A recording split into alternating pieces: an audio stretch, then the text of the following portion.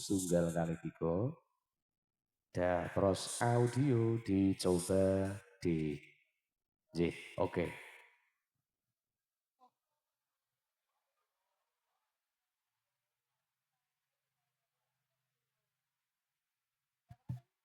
Cek satu.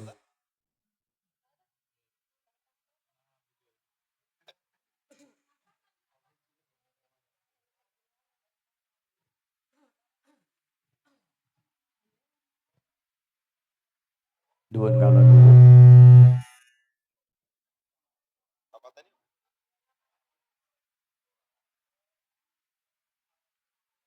Sedakon.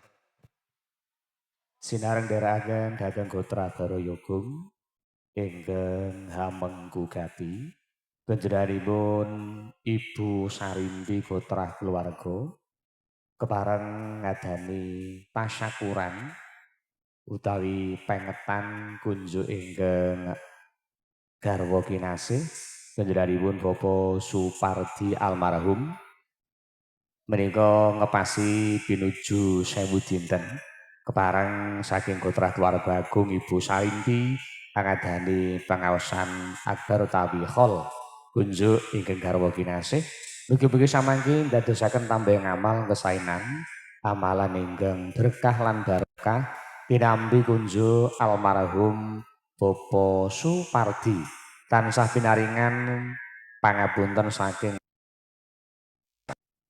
Allah Subhanahu wa taala ugi tinampi sedaya ngamal kesaenanipun satemah pikantuk kasuwargan langgeng wonten alam kelanggengan.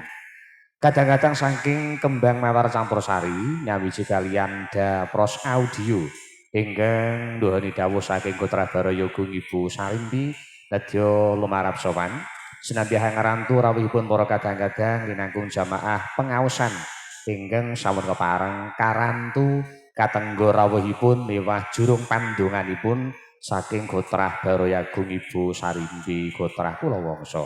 Semoga nuwun para kadang-kadang campursari kembang mawar tumuli hamba bargungan panglipur minangka regenging suwasana.